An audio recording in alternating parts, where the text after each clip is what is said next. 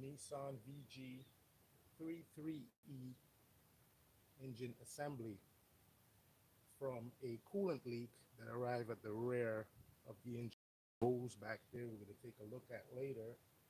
So in our previous video we went over how to remove this manifold. You see all the destruction and chaos that was taking place down there. Most important part when putting this thing back together, you just want to make sure everything is clean, and maybe you might need experience for that. You have to work with a professional on that. But when I say clean, I mean you want to get rid of all the grease, all the gunk and the gasket material on the surface where it has to make together. Now we need to go over some things that's very important, and one of those are this clamp right here. Has to make sure it's in that position when you replace it, and that bolt right there is what holds the lower manifold to the timing belt cover. In the rear back here you see we have made a bypass with the throttle body coolant hose. And what is that doing is preventing coolant from going up into the upper intake plenum manifold. This is a requirement for when the engine is operated in cold weather condition. That coolant bypass that goes up into the intake manifold allows the engine to warm up much quicker, and it's able to atomize the air and fuel at an early startup. Since we are in tropical weather, we're not going to reconnect that coolant bypass hose. So here you can see we have made a connection with the heater hose to the heater core on the inside. So what you need to know is the hose for an aftermarket and the factory OEM is approximately 4 to 5 millimeter in diameter on the outside, which means the aftermarket hose is a little bit larger than the factory hose. So if you're going to use the factory clamp on the aftermarket hose, it's not going to work because it's not going to open large enough for putting around the hose. So you're going to have to go to these torsion clamps. Another thing is we have to replace this fuel line and this high pressure line from here. So let's go get the intake manifold, discuss some things that requires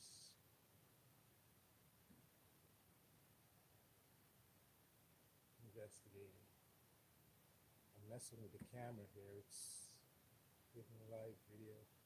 It's so difficult to like program it for one thing, it gives you another. But anyway, plenty of manifold up here.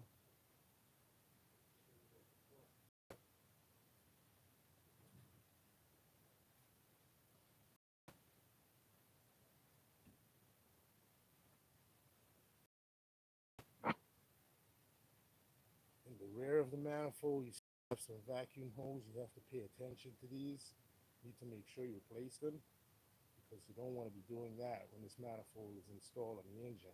It's backbreaking. Also, this idle air control valve has an adjuster screw. It is plastic. It's destroyed. You shouldn't really need to mess with this stuff because this is all set for emission and regulation from the factory. But someone tried to, and you can see it's all damaged. So we don't have to really turn on that. Another thing is, this is the tube bypass hose that goes up to the intake plenum for heating up the air. When the engine is started, So this is the front of the throttle body. You want to open in there. Just make sure there's clean. You can spray some purple blaster in there, wash out all the carbon and soot from in there.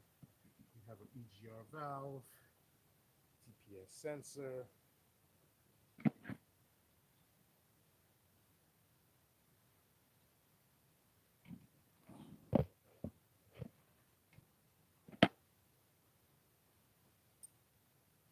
Now let's take a look at the bottom.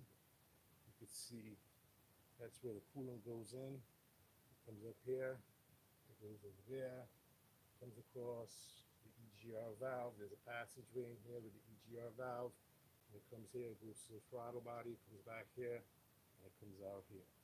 So if this gasket or anything in there is to become leaky, it will put coolant inside the intake manifold, and this will hydrolock, damaging the engine. So that's the reason why I also eliminated those tubes, so the engine do not hydrolock later on. Since it's so old, you know, you see how corrosive these stuff are already. So on the inside, it's like that. And once the gasket get corroded, the water is going to mix with the intake air, and that's going to go down into the cylinder, damaging the engine. So you need to pay attention to these holes. You see how this one here has little cracks on the outside, and it's extremely hard. It's hard as this steel. So this is time for replacing this hose. But we're not going to do so because we're not removing this, and it's still good to go. You have more hoses up here. You have, this one is still soft. This is approximately 220,000 miles and 24 years old. So all these things need inspection. You need to clean this surface, make sure it's absolutely flat, no silicone, no debris, no oil, no grease. For this is our idle air control valve. What you need about this idle air control valve, it does not really control the engine speed when it's at idle.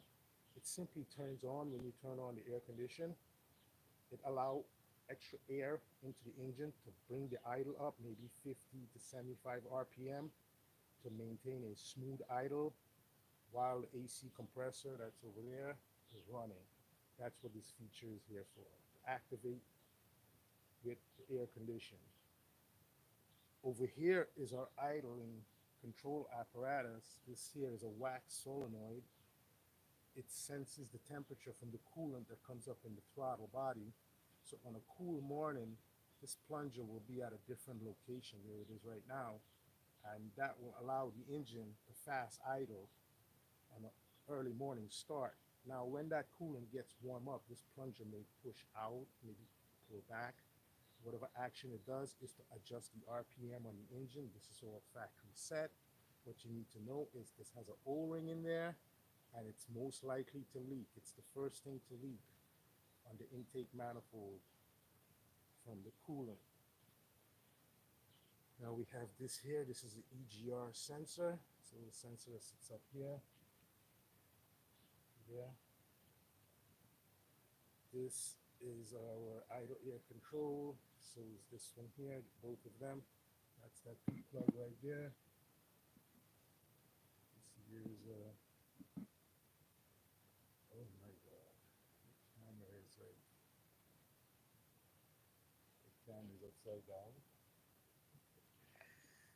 It's technology. So with that two plug right there, that gray and brown plug is what goes here. That's the gray and the brown plug. Also, you need to pay attention to those vacuum spout, the hose that connects to it, that have sealer there, Teflon seal. Also under these injectors, between the injectors and the garment, you need to place some Teflon seal or silicone. That needs to be sealed. You just can't just drop that in like that. Later on when the engine's running, you're going to get a vacuum leak from the injector O-ring. So you need to make sure you seal that the same way you would seal the intake manifold. Also check your injector plug, make sure it has the weather stripping in there to prevent water or moisture to get to the electronic connectors. Well, I don't know what I'm waiting for, but I think I'm waiting for the engine to dry, because you see on this valve cover here, You see a little surface rust. And this manifold will have a tendency to turn that way, so there's no way you could gain access in this area once the manifold is bolted in position. So the key here is to just spray some rust inhibitor black paint over here to suppress the rust. It's already been sanded and washed away. So once you paint that, it's going to save the valve cover from rotting. To buy new ones. One thing about this vehicle is that parts are very cheap for it. Other vehicle, you're not so lucky with that. Another thing to go over is when we had to do this here, I want to show you something. What it looks like. See these heater core spout? They're plastic, and that is what's going to happen to them. It's going to get rotten if the coolant is not serviced at the proper time, and then you're going to have to replace it with new ones. Now, if you're going to replace that core, I suggest you get a factory OEM Nissan. You'll try to go with an aftermarket because it has to fit in a plastic compartment, and you might have to destroy that plastic compartment inside the vehicle, that aftermarket heater core. So try to stay away from that. That's just my best advice.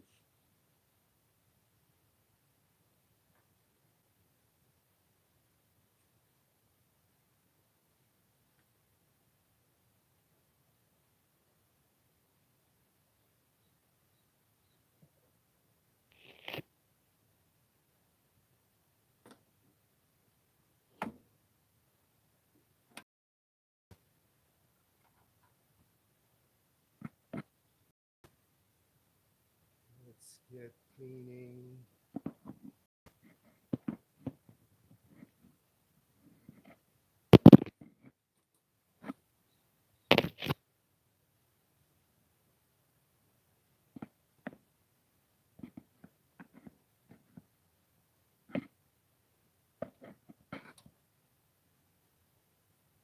Okay, what I'm going to do right now is I'm going to try to clean up this surface, these two surfaces, because I have to replace the manifold onto here with the gasket. Now, you're going to get a lot of paper gasket with this intake manifold. I don't recommend that you use those new paper gaskets.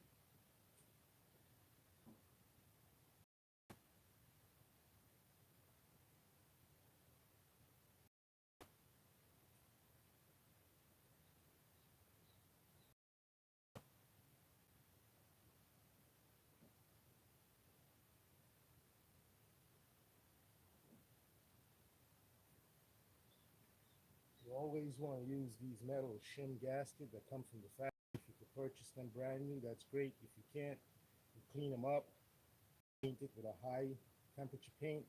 You use the silicone for sealing it, an adhesive sealer. Very important that the intake is sealed. If you have a vacuum leak, that's a leading condition. So let me go ahead and try to set this camera. I don't really have a camera stand, so it's difficult to get this thing. I guess it's gonna have to be like that.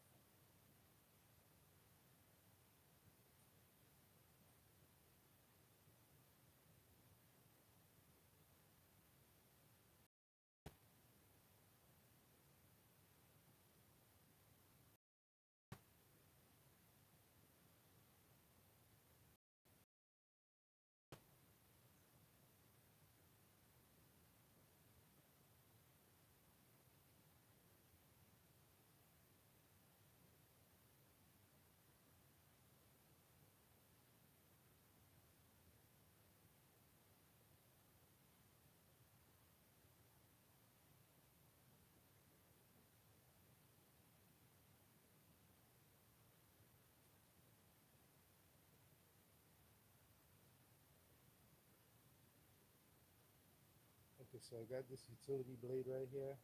This is also known as a sheetrock blade. Not your normal razor blade. It's very rigid and stiff for what you need to do. That is going to be for just scuffing this area here. You shouldn't be doing this in the engine compartment like I am, because remember, things going to fall down there. This should be done in the shop table, but since we're not in the shop, we should be doing it on the ground. So you can see here, already had some silicone from the previous installation.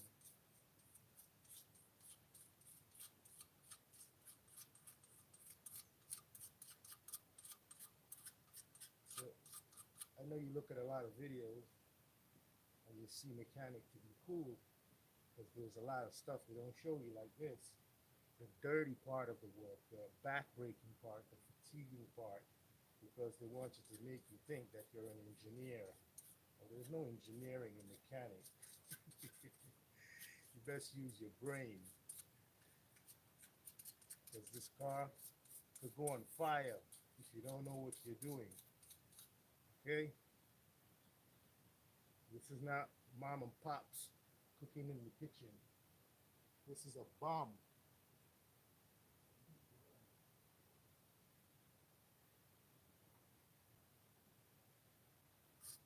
People need to know the danger of some things before they apply their manly self to it.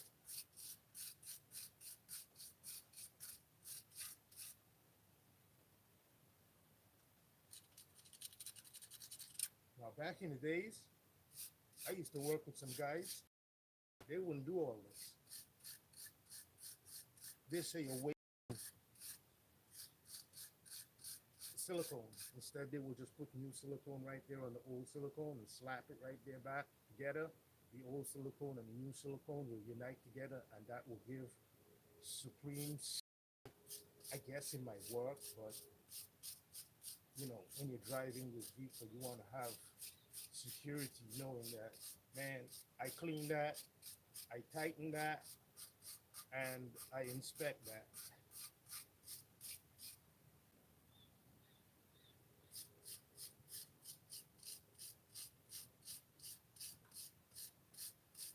Now, here's another thing I want to tell you about. Then you're going to place this up here, the EGR valve over here, this tube.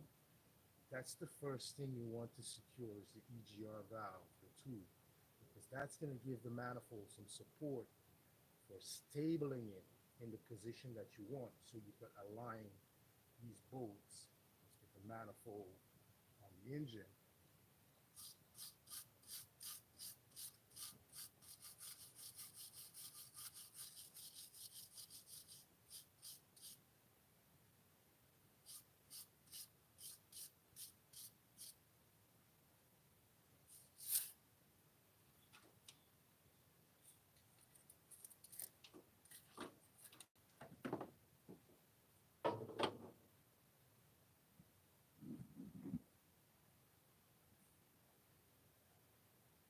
So when you install this manifold, remember you place some silicone where it bolts the cylinder head. And what's going to happen is that silicone, just like it oozes on the outside, it oozes on the inside. So you can take a flashlight and look down in there. You'll be able to see if any excess silicone oozes into the port, blocking, restricting air that's add to performance. If you have any restriction in these ports, it takes away from performance. So you will just get something down in there, a long probe, and just wipe along where that excess silicone is oozing out inside the port, just to smooth the runner so the air will have an easy transition. All right, you should see an easy travel, flow into the engine.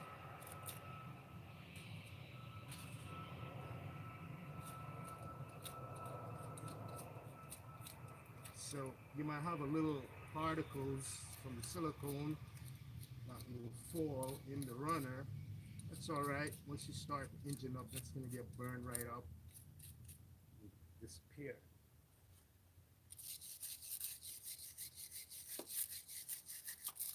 So in here at this time, you should have paper towel in there. So when these stuff falling in there, the paper towel will prevent it from going all the way down. Now when you remove the paper towel, there comes all the crap that runs down there.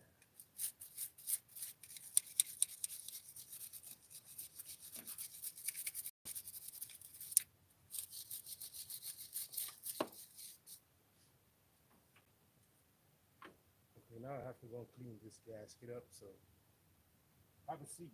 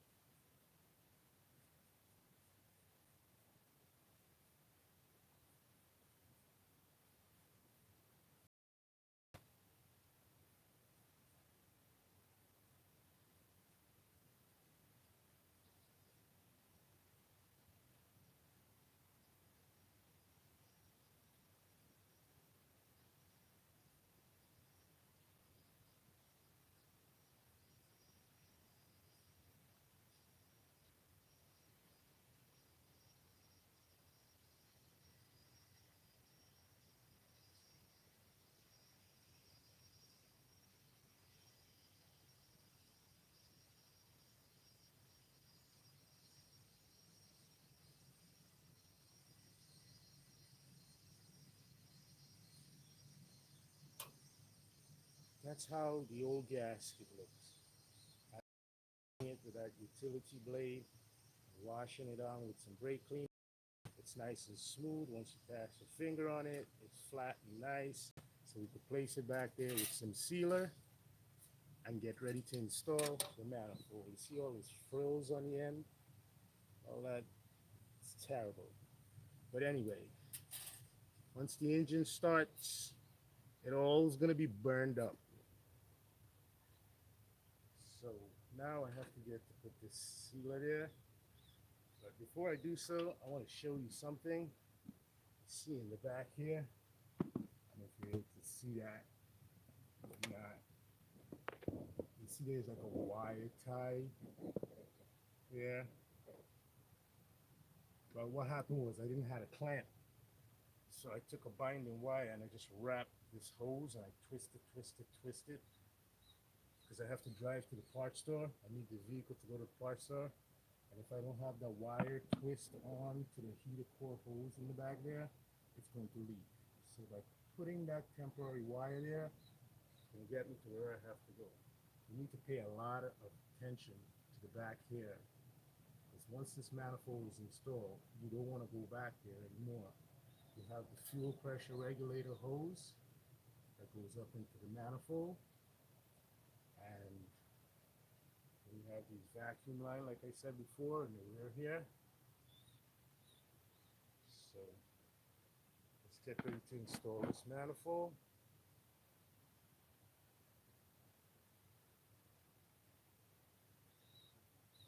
I just want to install the fuel line. 10mm over here.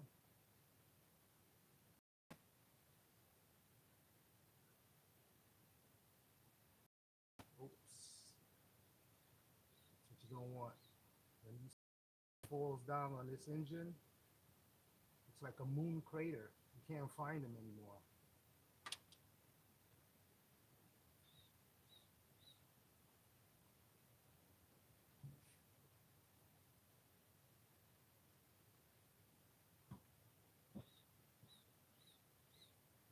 Oh man. You gotta give the bird beats.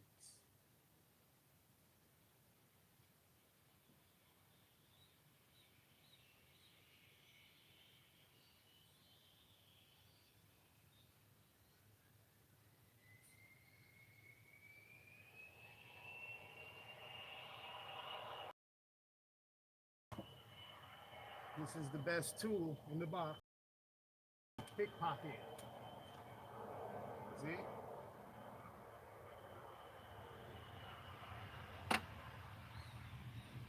So now when you're replacing this back, you just want to get some lube onto that O-ring, rubber O-ring or neoprene O-ring there.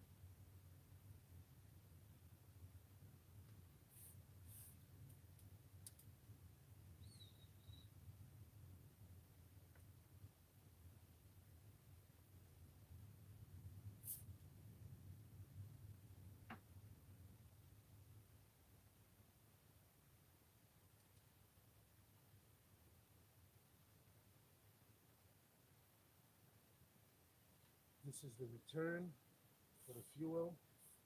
After it circulates in the fuel rail, it comes out here and go back to the fuel tank. Overpressure. Today new cars, they don't have that. Also today new car don't have a fuel filter.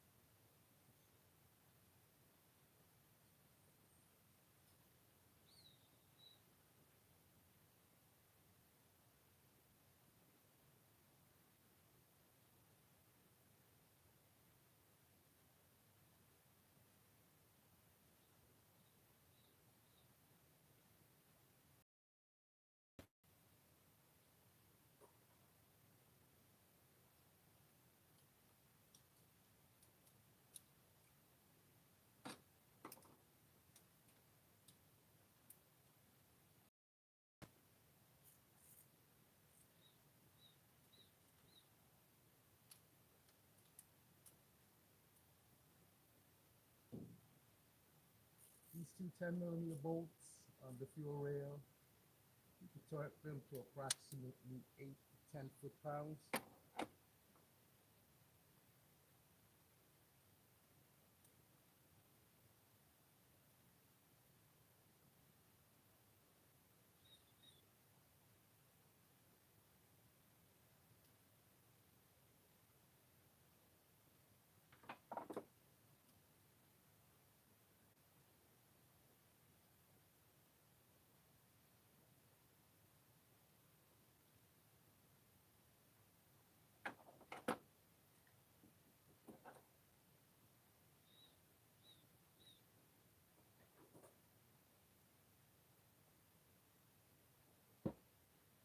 There is some wire for the oxygen sensor that comes up in the back here that's going to have to get clipped to the rear of the upper intake manifold. So you need to make sure that behind the bypass hose. You need to move this to the side. It's going to give us some room to get down there. You need to secure your wiring harness for the fuel injectors. And the 6 spark plug over here.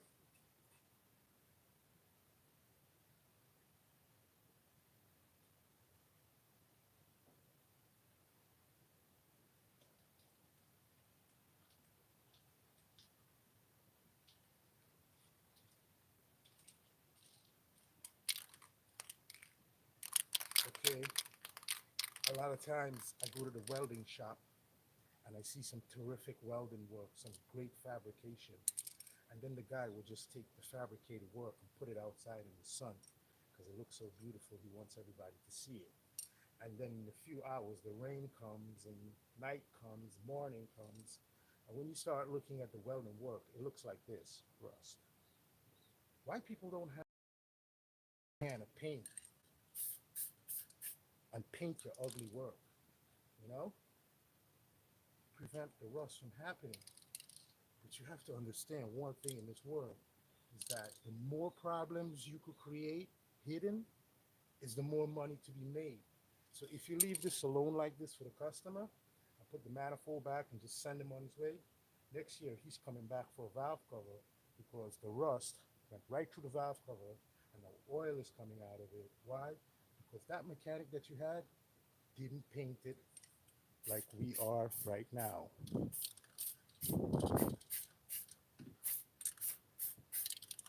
So you see, there's a lot of little things that needs to be done for the longevity. Now, parts for this vehicle is cheap. This valve cover, these two valve cover probably cost maybe $50. You go to the junkyard, you get them for $10. If this was like a Toyota or a Lexus or something like that, that would be $4,000. And you swear up and down, my car is the best car on the face of the earth. I could go to the moon with my Lexus or my Bugatti here, your Ferrari, sure, with your girl.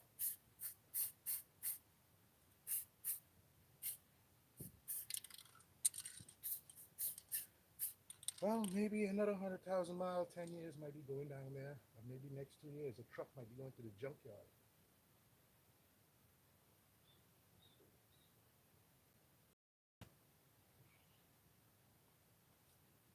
Okay, so we got to give that some time to dry. Then we got to get doctoring this here. What I think I will do first here is I'm going to place the manifold on top of the engine. Connect this EGR pipe to the EGR valve on the manifold. This here, we need a new one, but I'm not really interested in doing that right now. Because you see how it's moving around like that? It means the flange bolt on the manifold needs to be tightened. But that's going to be done when this is finally fixed to the EGR valve on the manifold. Then we're going to go down there and tighten it from the wheel well. Got to remove the wheel and reach in there with a wrench and just lock down that nut on the manifold, because that does leak. And when it's leaking, it's sending exhaust fume where you're driving. And you're breathing the exhaust fume that's coming out from this manifold, wondering why you're so tired, dizzy, or vehicle sucks, and because you're breathing carbon monoxide, nitrous oxide. Those are deadly gases.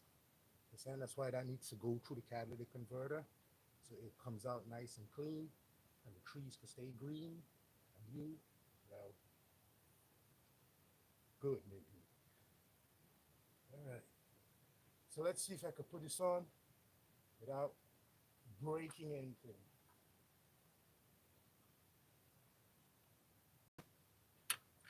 I just want to sit this right there.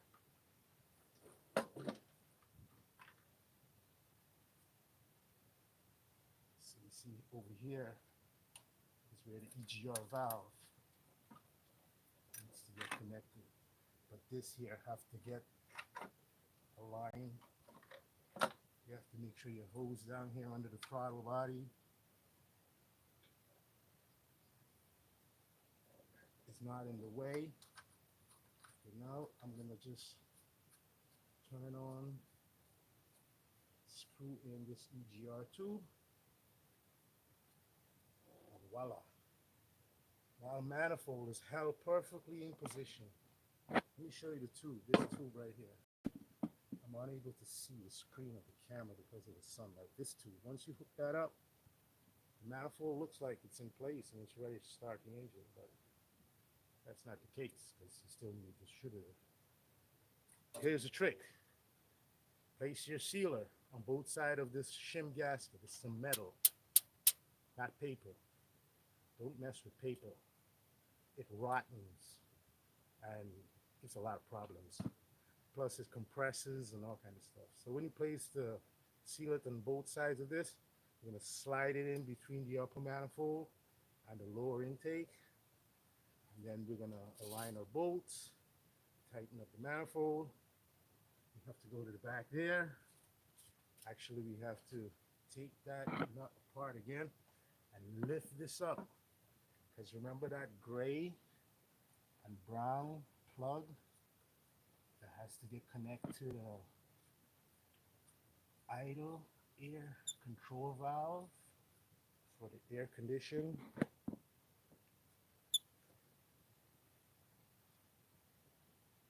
So it's not as easy as it looks, Joey.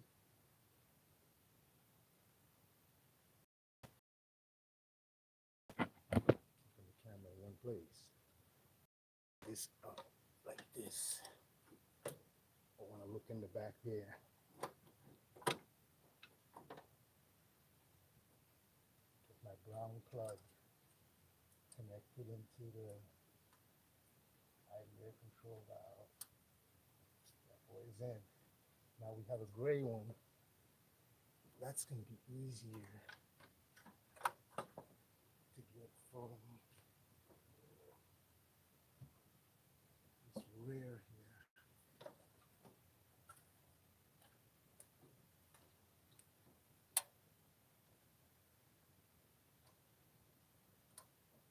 Good. Next move is there's a vacuum hose.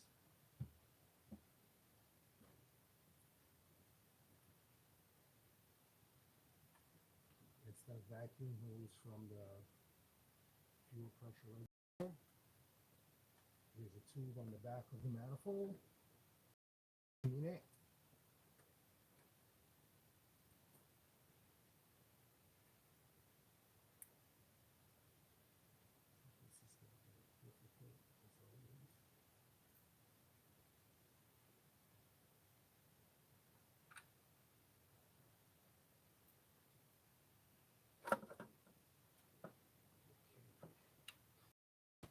Number 6 spark plug wire. Let's go back to the EGR valve. You're going to look at the flange where the gasket meets over there. From the side here, you're going to be able to look in there and see their alignment.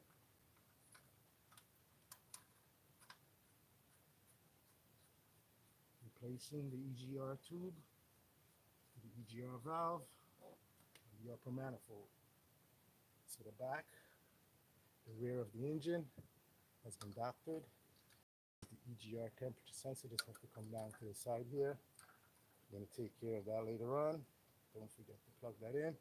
Got some vacuum lines down here. There's a line here. There's EGR solenoid. Get that plugged in.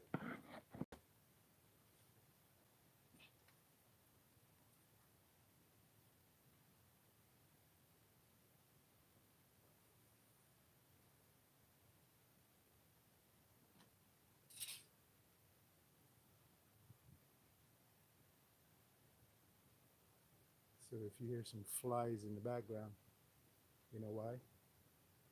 There's some dogs that comes here at night and do a nastiness. And that's why we have flies. I don't know how people could live with pets and dogs and cats. Good luck with your bestiality. That is a nasty thing. I'm a mechanic and I won't even have a dog in my shop. And I got hundreds of thousands of dollars value in my shop. You think I want a dog to protect my stuff? You think I'm that stupid? Things are nasty. So, how's your day going? Thank you for watching the video. If any of you watching the video, I haven't seen a viewer yet. I really don't care if you view the video or not because it doesn't benefit me. I do this all my life. I'm trying to do this to be good. To be good to the people. So maybe if somebody sees this video, they'll say, oh, look, nobody in the world knows how to fix that car. I could fix it. I saw a video on YouTube. That's where most of the mechanics are coming from right now. All of them watching YouTube videos. I think that they could go out there and wing it with a wrench and a hammer. Next thing you know, car fall on them. Or they crash their own car. A lot of mechanics, when they start doing this work, for some reason they get a disease called racing. They want a race car. And then you got these freaks with these rotary engine, these RX-7. That is an oil burning engine. That is not an engine, that's an oil pump. I watch these little Toyotas. This is a Nissan I got here. This is not no race vehicle. This is a farm vehicle. It's a pickup truck. We use it to carry shit and goods for you to eat. So these mechanics, the minute like they start, making some money, they go buy one of these little shit box Toyota or some Honda with some VTEC, whatever. Yeah, I like to catch wreck on cars because you can't really do it to people, you know. Then they say you're racist. Oh, you can't be calling a guy black. I never knew people was black. I thought black was paint, like what I just paint over there. But anyway, we all know people is pigment, right? So I'll take my time and do this stuff, man. See, you're getting old. Can't be doing this all day. It's not like some girl, every day you get into bed with her. No, no, not mechanic. You see, bust your knuckle, sweat a lot. Not easy. Did I do both sides? This side is finished. This side is finished.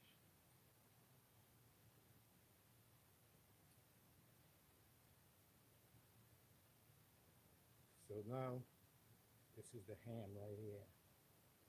We're going to sandwich it between the two manifolds and get lucky. So, how am I going to do this? I've done it many times before. I think I used to go from the side here. See, everything is a strategy, dude. You can't just be a madman at this. You have to have a strategy. You gotta know what you're gonna do next. How you're gonna do it, you know? And remember, while you're going through all the doing, you gotta take inspection. You gotta look in all the cracks and the crevices to find the stuff that will mess up your installation.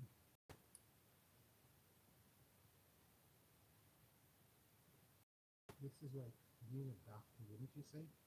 This is your head I'm putting on your body. Oh, no, no, no, not a doctor. Frankenstein. Fix robots. It's a robot right there. It's electric, has no blood. So we got the gasket lined up. Now I gotta go and find the bolts to put in position and put all this here back together. This is easy part right now where we're at. We're truly on easy street. If you want, you could break dance right now. Got no music for you. The battery's off the vehicle. Can't play that. Don't do that, homie. All right, let me go get the screws over here.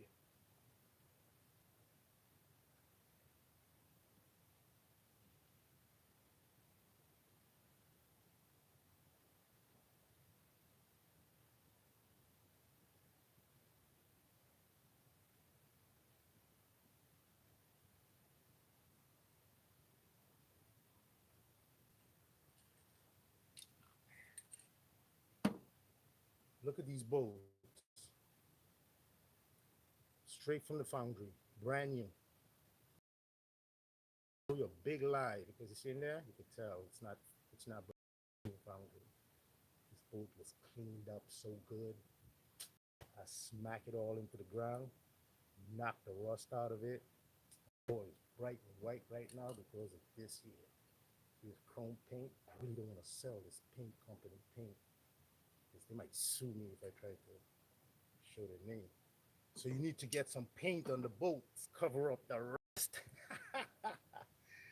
Okay, now when you get these bolts, I'm using some longer bolts than the factory bolts. The factory bolts are these little Allen bolts. It might be a 2-3 millimeter longer, maybe 2 threads longer. That's the factory bolt. This is one I chose. Remember, we have a bolt hole in there, strip, so we're gonna need a longer bolt than this to get down in that center one. Gonna have to go and spend an hour at the tool corral. You know what the tool corral is? It's a big bucket of rusty bolt and scrap. You got to go and scrape through, and you find a lot of treasures in it.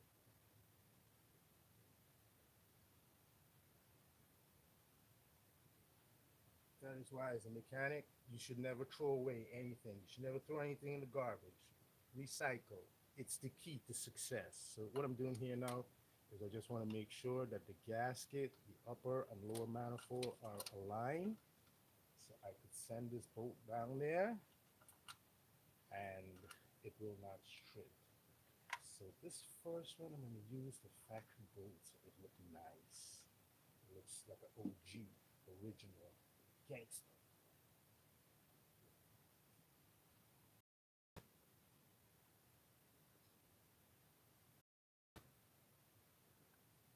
Here's one thing I'm going to tell you. You don't need a lot of vehicle. You see this socket right here, this Torx socket? It's used for here and all that are hex on the engine. It's used to take off the 4x4 hub on the front suspension, the same Torx. I've came to find out that a lot of parts and a lot of tools on this vehicle are identical in a lot of places. You know where? Let me show you one place. Like for example, the front wheel bearing is the same bearing that holds the differential carrier. The front wheel bearing, the 4x4 bearing, I'm talking about the D22 Nissan Frontier from 1997 to 2004. Might have others like it, probably Isuzu and Mitsubishi. They're all in the same gang pack.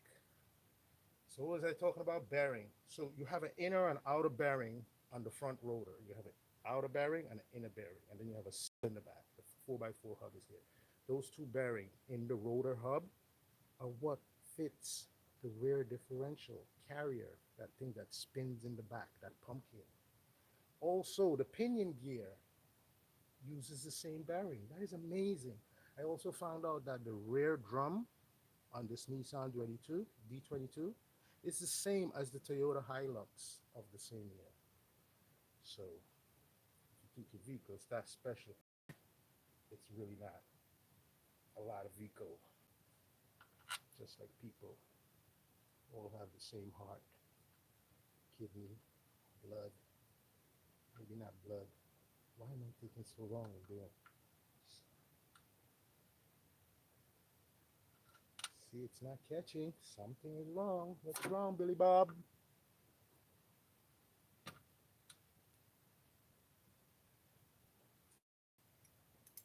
We have 14 sock.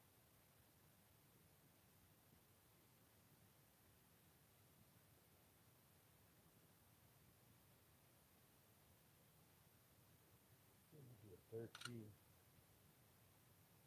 is too big. Yeah. It's a 13.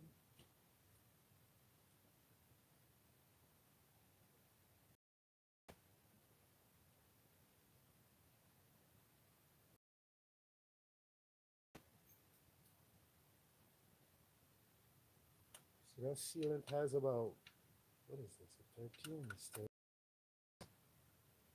So that sealant has about half hour to dry, and I'm just wasting time talking and preaching like I know it all. Okay, so I done have the front bolt caught up. The next move is to do it with the rear. Once you have the front and the rear caught up, then you know all the others are ready to go.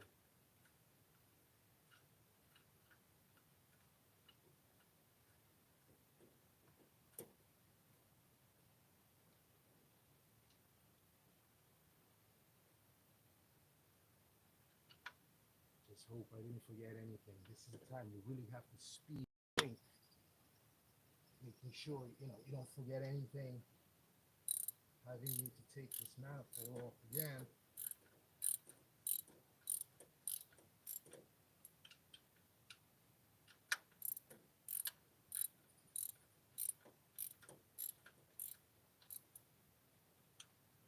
That's the rear, snugged. I'm going to snug the front.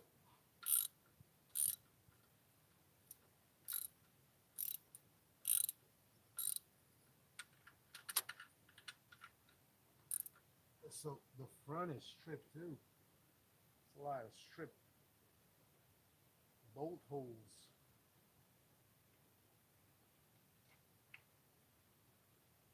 That's why we use that sealer, that adhesive sealer, because you're going to depend a little on it since all the bolts are not going to be holding like factory recommend them to. So that's a good one right there.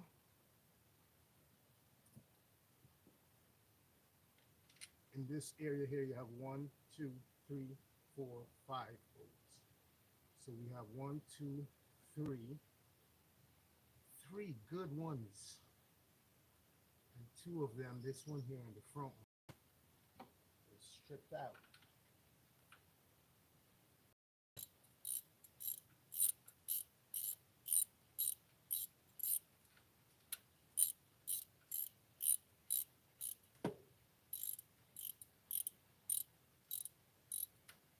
Wow, that one is busted too.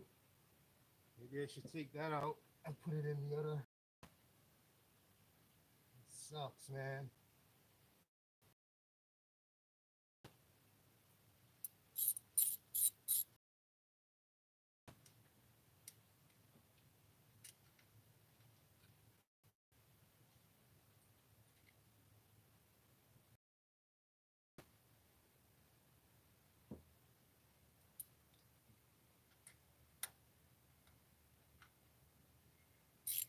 So you might be saying, why this guy don't have any power tools?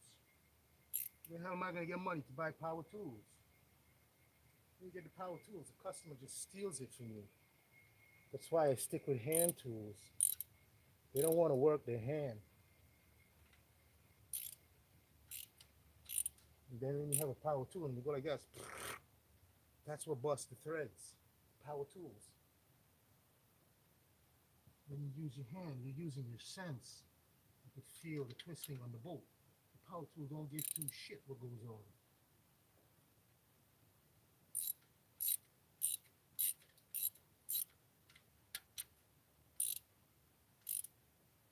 Oop, that's a good one. That center one, that's a darling. That's the one we really want to have the tightness on. Those middle ones. This one here sucks. Anyway, okay. You see here, this is the breather. This is very important. So we have to connect a straight hose from here to here. That's to burn off any blow-by gas from the combustion chamber.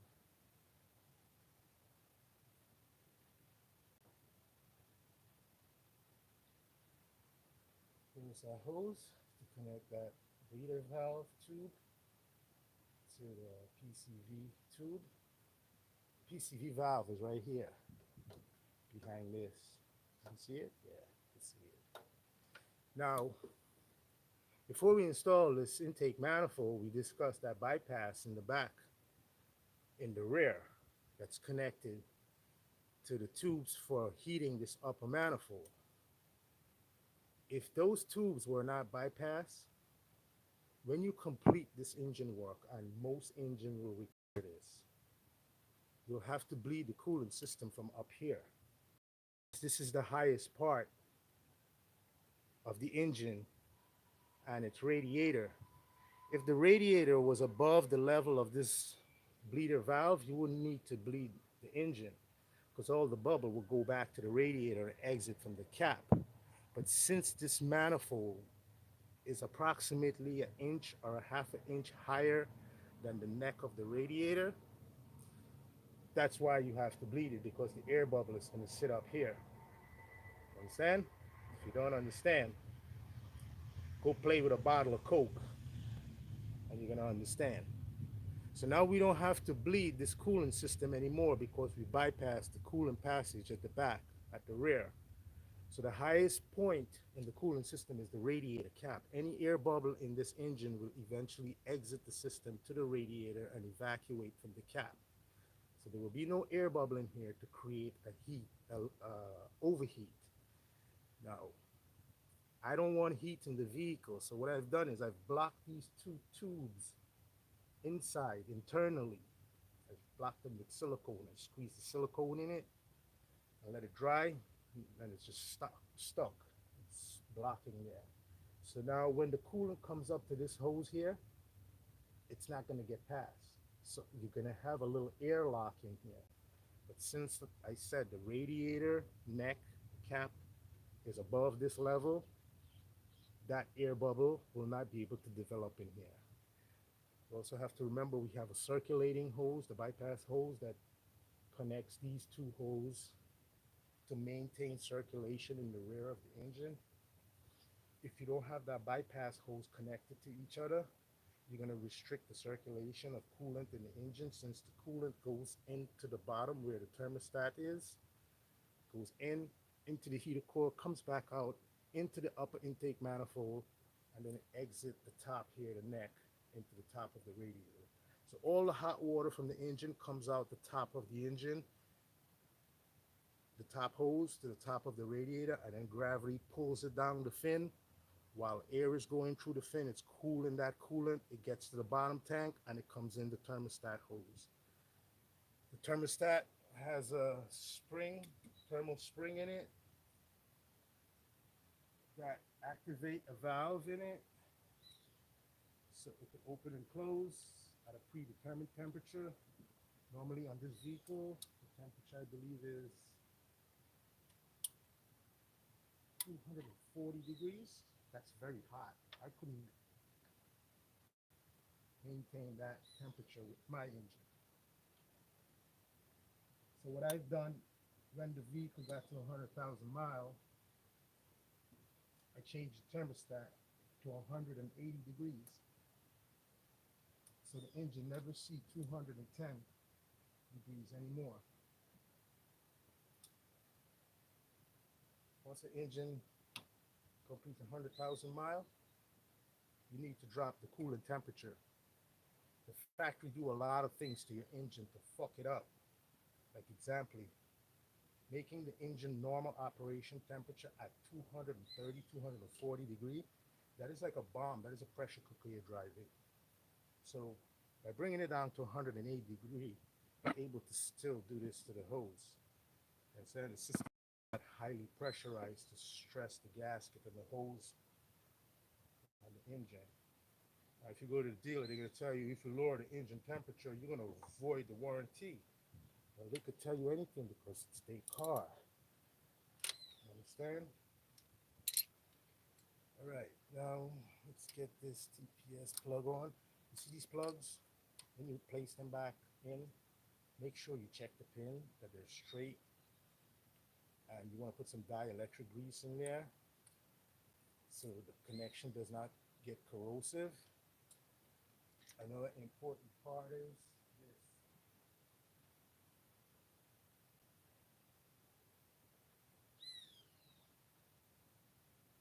You know what this is? Well, if you have this vehicle, you will. This is the brake booster hose. It's not a normal hose. It might look like a normal hose, but it's not. You see this hose has a valve in it right here. See the swell right here? And that valve only allows air to flow one way. So that way. It can't flow that way. This valve is going to stop it. And you need to make sure you have this valve and this hose for the brakes, so you can have a nice smooth brakes. If you don't have the valve and you have a straight hose, once you drop your foot on the brake pedal, it's going to drop so fast to the floor and the vehicle is going to stop extremely quick. It does the same thing as if it has a bad proportion valve. So if you feel like your vehicle, when you touch the brakes, it just get, stop quick like a bike, you might want to check the proportion valve or look, see if this hose is still in the location. When you take your vehicle to the mechanic, they replace this hose. Because guess what? They want you to crash. Be careful with mechanics, man. I know I'm one of them, but I've seen a lot of crooked ones. Woo! Even the shop owners, they're all crooked. They're into fucking shit up, so just so they can make money. For example, when you're done this job here, you know what one of them will do?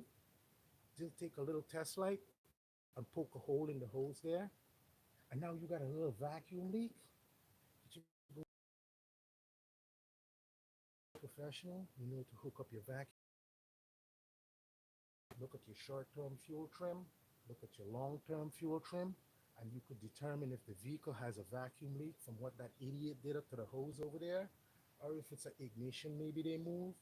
The crooks in this industry are endless, women and men. Kids don't know what they're doing. Those guys in slippers, you should slip them, slap them. Back to work. So I gotta get this hose on here. You know what we gotta put there?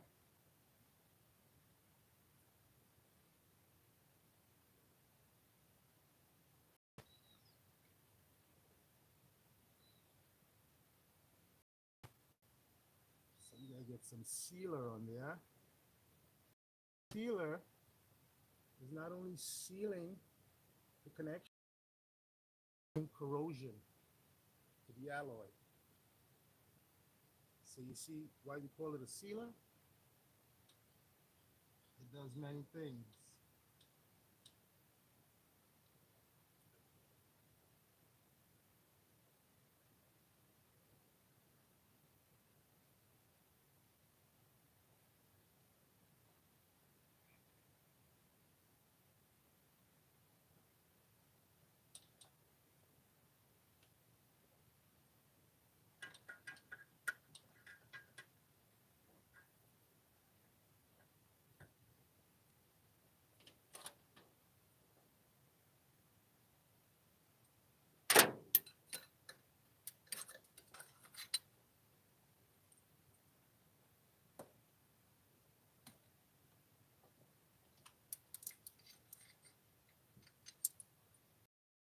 Accelerator cable is going to need replacement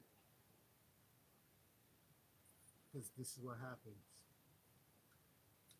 The protective layer is destroyed and then moisture leaks in on the cable. It could corrode the cable, it could damage the cable, it could cause the cable to get stuck in its coax, that's the sleeve. And if the cable gets stuck in there while you're driving, you're going down the road full throttle, slapping the accelerated cable, and nothing is happening because this cable here is stuck on the inside from here, becoming broken. Water leaks into there, start corrosion. This is a stainless steel wire, but the sleeve is corrosive. Let me show you. I don't know if you can see it. If you look down on the file here, you see the cable. It has a silk to it. You see how all the plastic on the outside is broken off, and the sleeve, the coax, is exposing itself, corroded. But once that corrosion develops, it locks this stainless steel inside the coax cable, and that's what caused the accelerator to get stuck open if the spring is not strong enough to bring it back. Very rare that will happen. That's just a scare tactics. Walk right there. But you need to make sure that's fixed. You know? Okay. So this is number 6 wire. The most difficult spark plug to change. There's a video description in the video description to show how to do that. You don't have to take this off. You can get it from the back. Some people just remove this and get it done.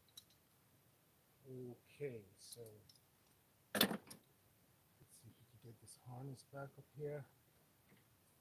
These 2 wires, you don't have them.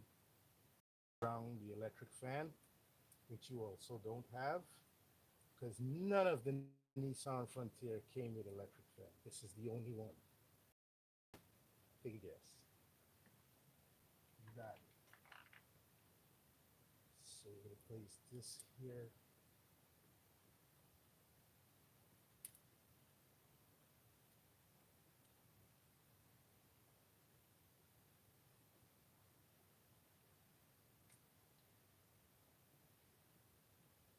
Now, this here is very important. You see this ground wire? This ground wire grounds oxygen mass airflow sensor, ignition control module, and I believe something else. It's in the factory service manual. So before you start getting problems with mass airflow sensor, oxygen sensor, misfire, come here, release this bolt, try cleaning this terminal up, put it back together, and see if it eliminates the problem, because ground issue is another dilemma with these vehicles when they get old.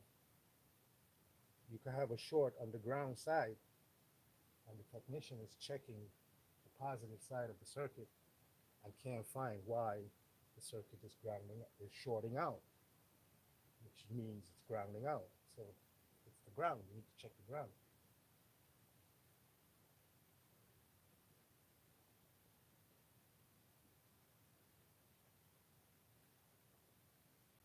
Remember, when you're washing your vehicle, water gets into all those areas.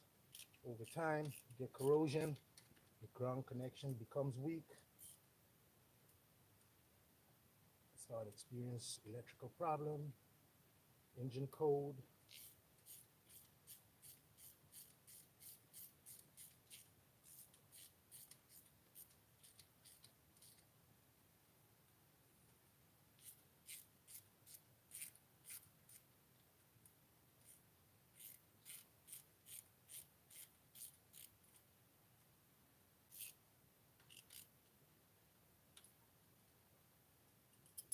Now, another thing that you need to do before you place this back on is where the spark plug sits in the cylinder head.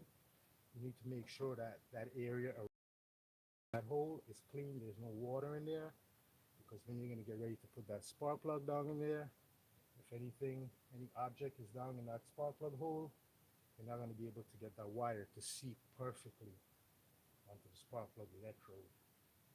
And then you're going to be going down the road with a misfire. You have to take this off and clean that out. So, see that right there? This here? That's where all those oxygen wires get clicked onto, these two little holes right there. Very important. Don't let those wires dangle, because if they dangle, vibration is going to cause them to move around, and then they're going to get chaffered. Next thing, you're going to have a short. Oxygen sensor circuit carry a battery voltage for heating, and if that wire is to become ground, circuit and possible fire. Take a break. Let's put the spark plug wires in.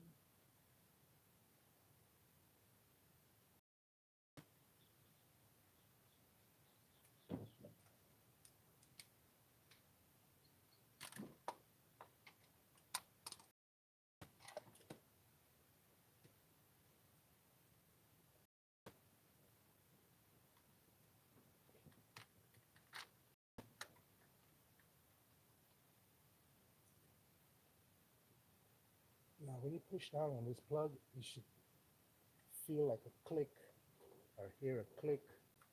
That's the electrode snapping onto the top of the spark plug. Then you need to place your wire in this holder. Very important.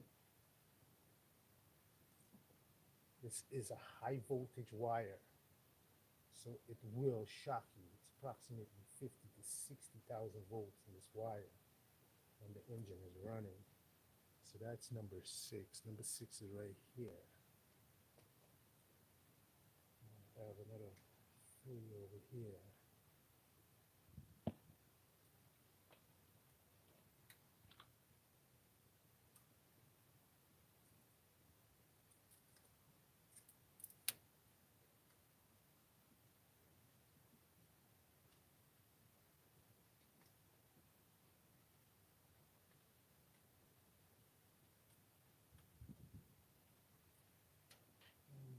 This is 1, 2, and 5, right?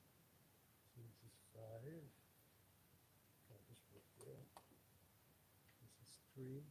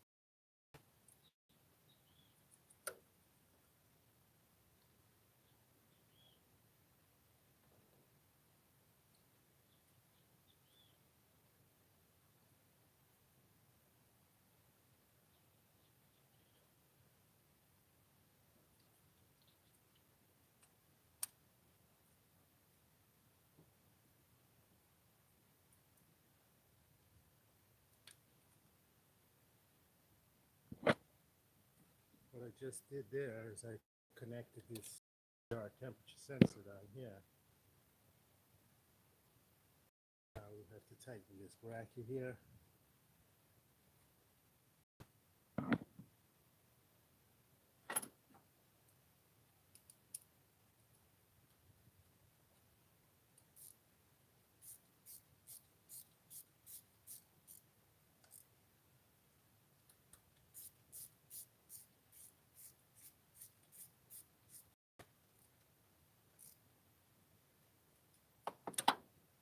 Top of this EGR valve, you have a sensor, a diode.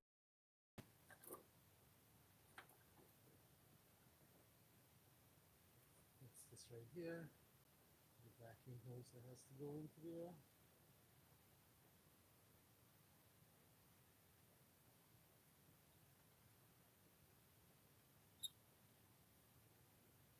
The EGR flange is a 30mm wrench. What else got to go on in the front here? Just have to walk around, taking a look at everything, making sure it's connected.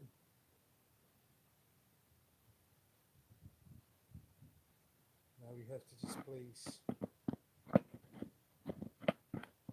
this intake duct in position. See if I could get a Steven Spielberg shot. So we're gonna hook this up. This is a mass airflow sensor. It's very good if you could get a factory OEM sensor. I see it's on the market for like $400 to $600. I truly don't believe that it's the cost of it. It's just that there's a market mass airflow sensor that they could jack up the price on the factory OEM. The reason why is because these aftermarket mass airflow sensor are not calibrated like the factory OEM, because the factory OEM calibration is a patent trademark. No one else could use it. You could use something close to it, which is what the aftermarkets are doing. The program that they're using are manipulated. So when you start using all aftermarket sensors on your vehicle, it never runs the same again, and it loses performance. So I highly recommend you get Hitachi mass airflow sensor, ignition control module, oxygen sensor, and Hall effect sensor. That's like crankshaft position sensor and the camshaft position sensor, or anything that has to do with a magnet and a copper. You want to make sure you use the genuine OEM. Now, another thing is a lot of people like to think is if you clean the element on this sensor, it's going to give you better performance. Bullshit. There's nothing to clean in there, because you have to understand how this thing functions.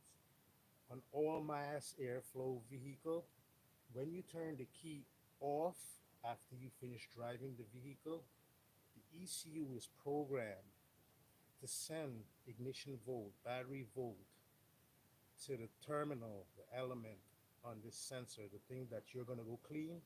Well, a voltage, a battery volt is passing through that to heat it up so it could burn off any dirt, dust, oil, or contamination that may cake up on the sensor element. So you don't need to clean it with carburetor cleaner or brake cleaner. It burns off. Every time you shut the vehicle off, the sensor burns itself off. So when you go back to starting, it's like a new sensor you're starting with. That's very important. A lot of people don't know that. Cleaning is good, but not all the time. So let me get to work. Talk too much.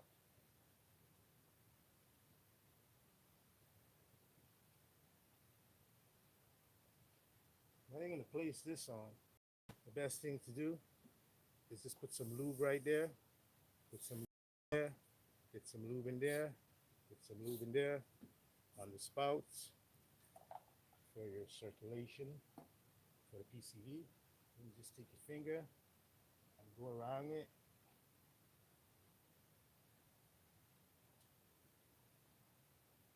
So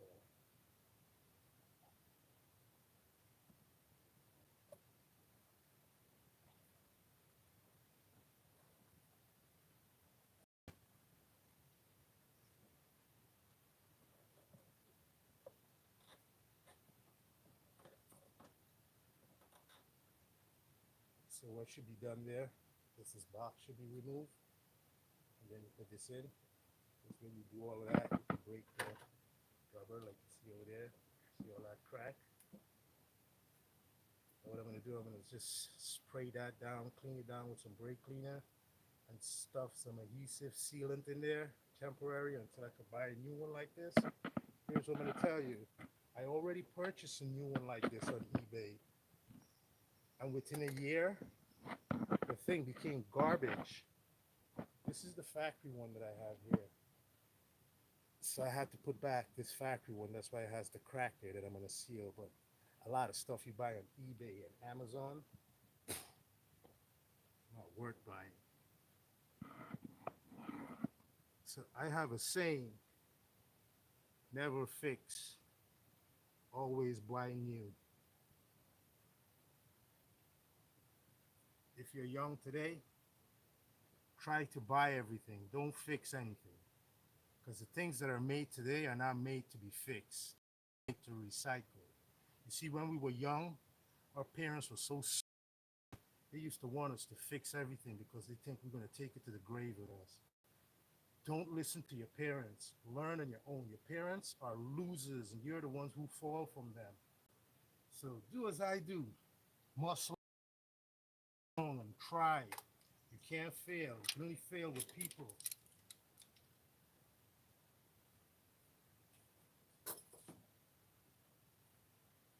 So let me get these hoses back on over here.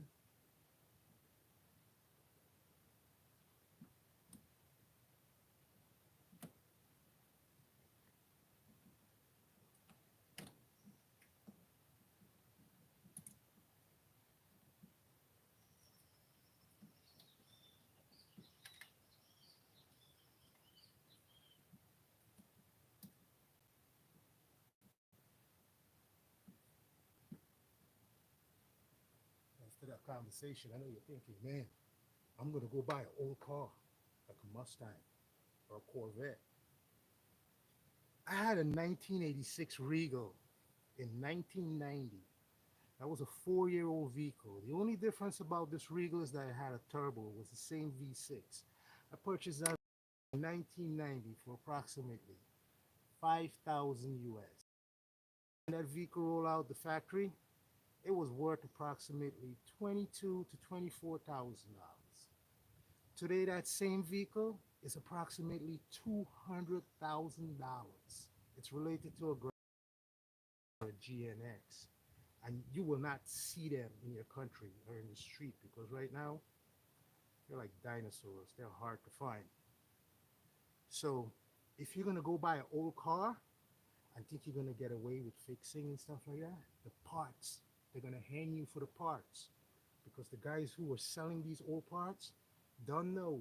They already know that the people who's coming to buy these old parts are mechanic.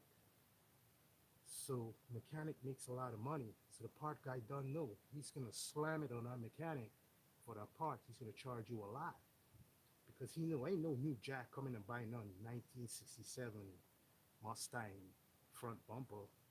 But you know, you gotta be into cars. They know you're an enthusiast, a hobby. So they know you got the money. So buy new and always buy new. Don't fix. Don't waste your time, my friend. You could get hurt if you don't know what you're doing.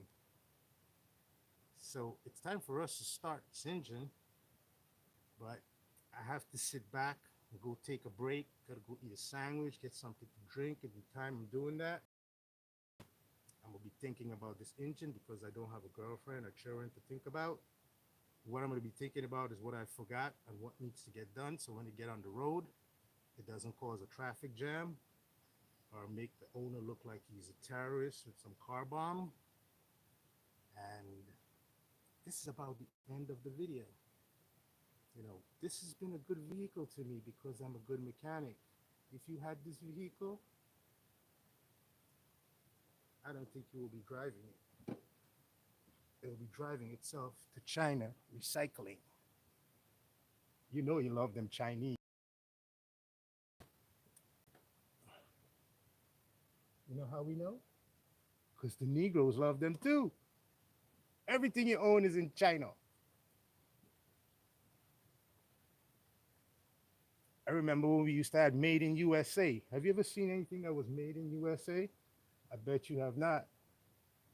You were like, USA? Say don't make USA make trouble. Okay, so I've secured this wiring harness here. I'll place this back. This main wire harness into its holder. Here's another thing the mechanics do. All these clips, they break them, so the wire just dangle.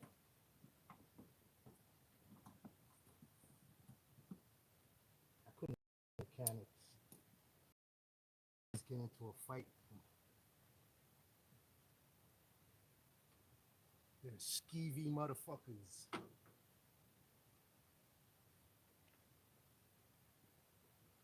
see if we got a hole here.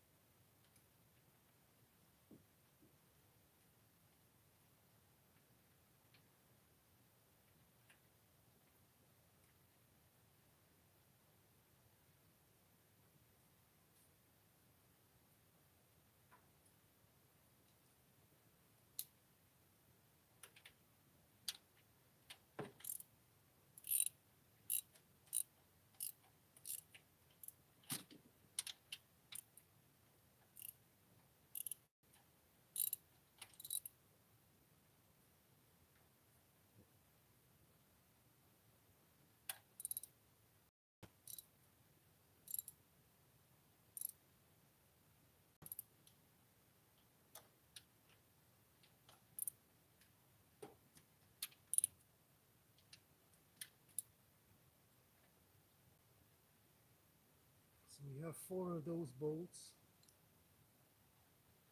fastened tight. What I did with one of them, I had to remove the washer so it could travel farther down in the hole to bite on some threads. I'm going to do the same thing with this one here.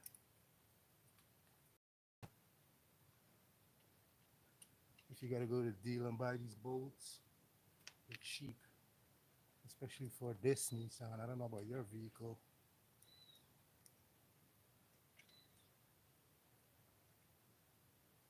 Of course, it's not a GTR. You know, the GTR was supposed to be the twin turbo Buick Grand National, and then Opel bought Buick from GM, and GM stole the plan for the twin turbo GNX and put it in a GT retard car, that Nissan GTR. That's all Buick technology, my friend. Everything in them Toyota, them Nissan, all them Chinese cars, all came from America. And America got it from Nazi Germany. That's why the car is global. It's not for a nation.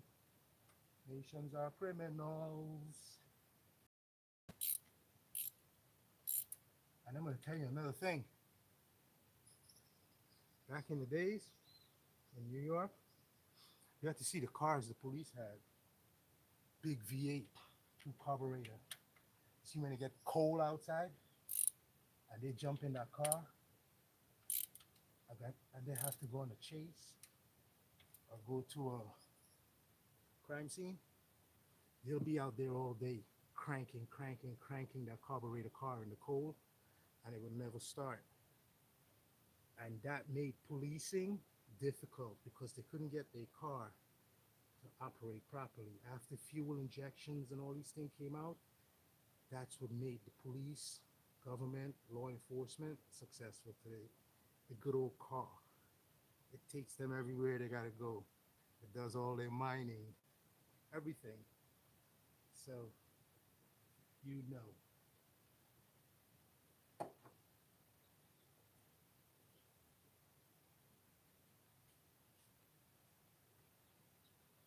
Plug in this master flow sensor. Tighten the clamps. The intake duct.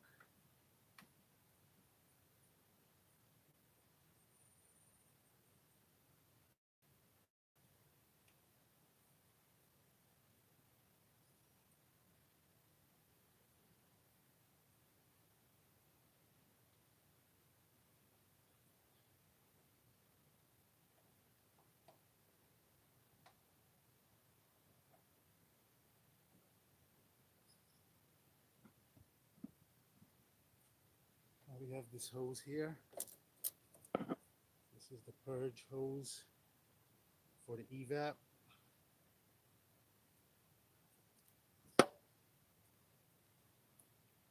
Looks like it's broken. Maybe it's just separated. These two should be together. There. See the brake fluid? Look at the brake fluid. You see where it is? Past. It's below there.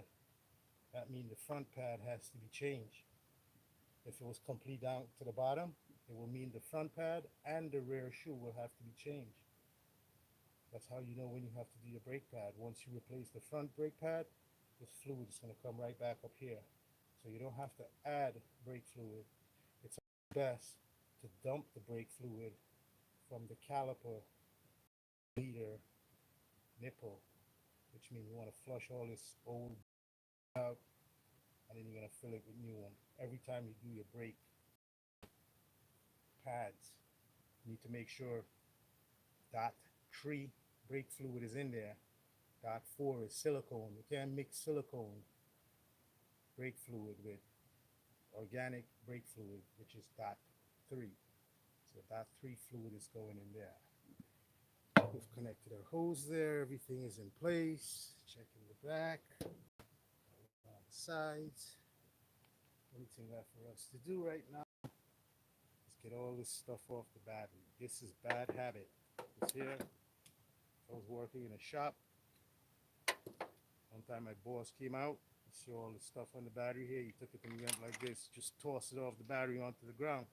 I started looking at him like he was crazy. I said, what are you doing? Why are you tossing my stuff on the ground? He says, you're not supposed to put stuff on this battery. These two things touch together. What's going to happen? You're going to damage the guy's battery. You got money to buy a battery? What if the car go on fire? You're going to pay for the car? Don't put stuff on the battery. So bad habits are very difficult to let go of. Just like a bad girl, she's the best one.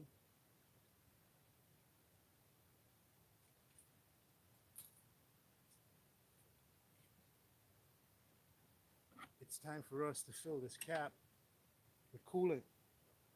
Take notice, this radiator is not from Nissan. It's aftermarket, and it takes half a gallon more coolant than the factory radiator. More coolant in the system, better for the cooling system. It's also aluminum. It's aluminum weld. This radiator will probably outlast the vehicle. That's why I bought it. And that's the electric fan. That makes it so cool. No clutch fan. So let's put this positive terminal on here. Now I'm going to touch this negative cable onto this battery negative terminal. If we get a spark, something is wrong in the electric circuit. If we do not get a spark, everything is good. So you see? No spark. Excellent electrical system. And you can hear the keys are on inside. I left them on yesterday when I was doing that heater core, the evaporator. I can get a fuel pump just prime up here. So I gotta go get some water in here. Actually, antifreeze, not water. Never water.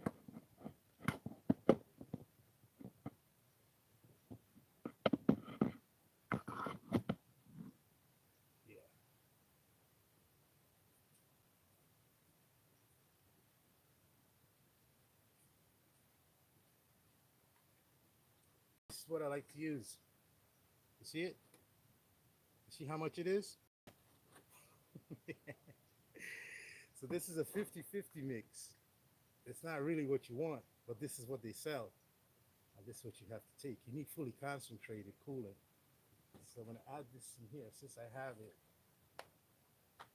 Because once I get to the store, I'll be able to see if they have the fully concentrated one. See how it's light green? Well, it's mixed with water.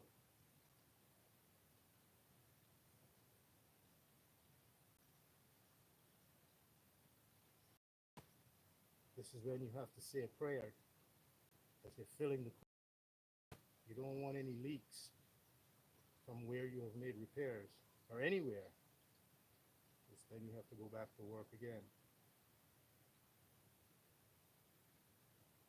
So this cooling system, I believe, takes 2 gallon. That's with the block empty. I think this will take 1 and a little more because the engine block had coolant inside.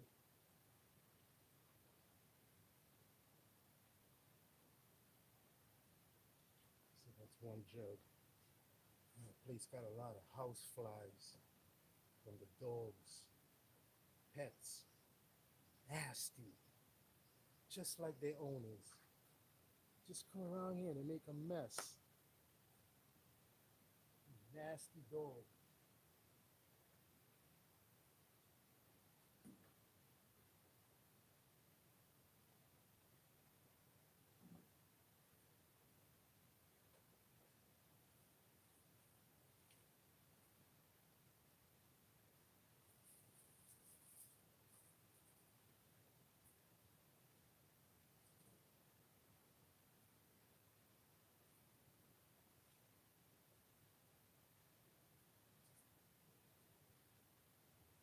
Okay, it's time for us to go. I have to fill this with more coolant in here. And then engine, when I start the engine, I'm going to do another live show for, I guess, 5 minutes just to see the engine start up. So thank you for watching. See you later. There's no more to be done. We're finished successfully. It took us a week to get this job done based on the location we're in, which is a sucky place. But normally, if we were home, this will take approximately 2 to 3 hours and we'll be back on the road. So if you want to be a successful mechanic, you have to choose a successful place where there are mechanics. Don't be a mechanic in nowhere where there's no mechanic. You're going to kill yourself. You're going to struggle. For losers, let the losers fix their cars. Don't work for the losers just because they got money. Find yourself with professionals so you could learn. It's not about making money, you can learn. Knowledge is something you take with you for the rest of your life. How long are you going to take that $1,000? How long can you take that million US? So, you got to bark at the crowd sometimes. They eat too much dog food and sleep with cats. See you later. Thank you for watching the show.